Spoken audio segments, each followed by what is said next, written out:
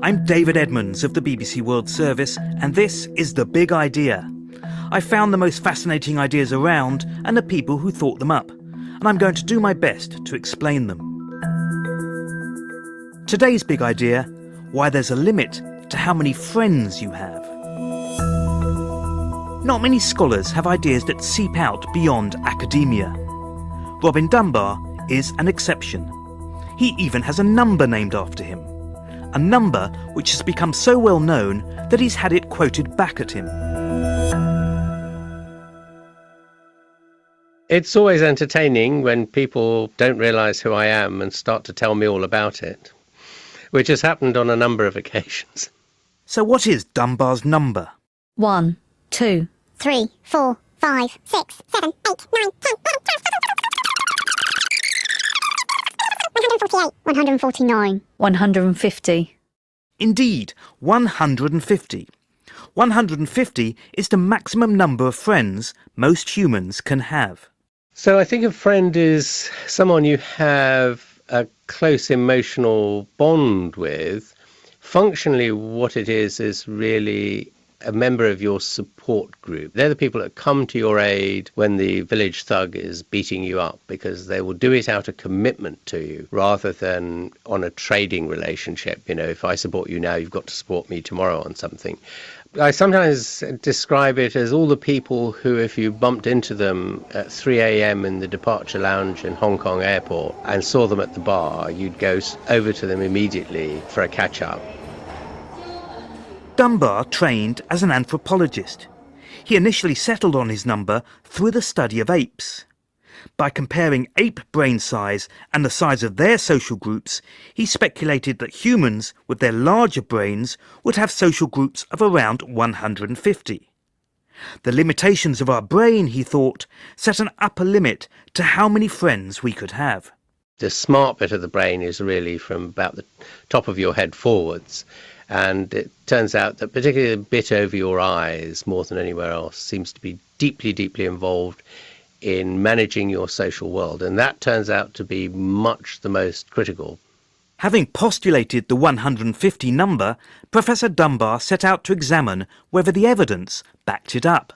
So I think the original evidence that I produced to support the claim that 150 was, the natural grouping size for humans, was based on the size of hunter-gatherer communities. And they produced a range of community sizes which were sort of somewhere between about 100 and 200, so centred very nicely on 150. These are claims which apply all across the world. This is something deep about human nature. Yes, this appears to be completely universal. We see the same size of groups, particularly this 150 number, in communities of hunter-gatherers in Africa, of Australian Aboriginals, of farming communities in the Malaysian Peninsula, the old tribe, American Indian tribes, modern organisations, modern friendship circles. They all seem to hit this same number. Although 150 is the headline number, there are actually several more Dunbar numbers. It goes out in multiples of 3, essentially: 5, 15, 50, 150, and then beyond that to 500 and 1500. Each layer, 3 times the size of the previous one, represents a particular quality of friendship. We're likely to have around 5 really close friends. The next closest layer is 15, then 50, then 150. Then 500, that's roughly our number of acquaintances. It's probably no coincidence that Dunbar numbers mirror military organisation. A platoon around 15, a company around 150, a battalion around 500. The company of 150 is usually a highly cohesive group. Loyalty and trust are vital on the battlefield. Dunbar has investigated many facets of friendship, including what might be called friendship erosion. Raise your right hand and repeat after me. I, George Herbert Walker Bush, do solemnly swear. I, George Herbert Walker Bush, do solemnly swear. I recently dug out a photo montage I made around 30 years ago, 5 presidents ago, of people who were most important to me. Back then, I assumed that they would be important to me forever. I was surprised and a bit depressed to discover that I'd lost touch with quite a few of these people. Friendships, says Dunbar, are like cars.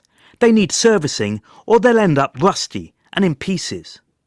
If a friend moves away and you cease to see her, the friendship will almost inevitably fade. Basically what happens is the emotional quality of the relationship gradually dies over time, and the longer you don't see them, the lower that emotional quality gets. And in effect what they're doing is sliding down through the layers of your social network. The next, and eventually just settle out at the layer that is appropriate to the frequency with which you actually do see them, because these layers at sort of 5, 15, 50, 150 and so on correspond to very specific frequencies of interactions. Rather bravely, Robin Dunbar has entered the contentious territory of gender. He claims men and women tend to have very different relationships with friends, and the contrast is so marked that it could only be explained by nature, something innate. It really does seem that they live in really quite different social worlds, the two sexes. If you look to see what prevents a friendship from declining over time in the absence of previous regular contact because somebody's moved away, for women, the one thing that's super important is being able to talk more. And sometimes that involves making a big effort to go and see them more often. But, it turns out the telephone and even Facebook substitute quite well for that. Now, it turns out that talking together has absolutely no effect whatsoever on boys' relationships. And what makes a big difference is doing stuff together. Going to the pub. Going to the pub, to name one, or, sort of regular meetings at the five-a-side football team, or climbing mountains together. So all these kind of things which guys do. If two guys end up on opposite sides of the country, they very rarely bother to try and phone each other. They'll just go, okay, I'll just go and find somebody else to go drinking with. You've got mail.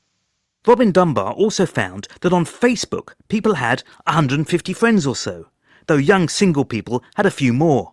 I'm on Facebook. I can't bear Facebook, but I'm friends with some people on Facebook, and they completely refute the Dunbar numbers because they have 4,000 friends or 5,000 friends. So there you go. They're not limited to 150. Everybody knows somebody who's got 5,000 friends on Facebook. But in reality, what you have to really ask them is, do you really know these people, and how well do you know them? And I think the confusion here is created probably deliberately by Facebook, who want to call all these people friends. Now, we know perfectly well that all these people are not equal, that some are better friends than others, and we make that distinction, but it's convenient for Facebook not to do so. They're kind of acquaintances, but they're not really friends in the friendship sort of sense. Social media makes it easy to accumulate a large number of virtual friends. But if Robin Dunbar is right, it's better to use it to keep in touch with those genuine friends you made in the real world. All 150 of them.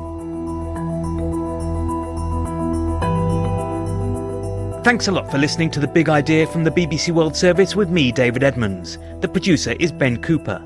If you like this episode and can take some time out from keeping in touch with your friends, please leave a rating or comment if your podcast provider allows this. You can even let me know on social media about the big ideas you think I should be looking at. Coming up in episode 9, an outrageous take on our moral conscience.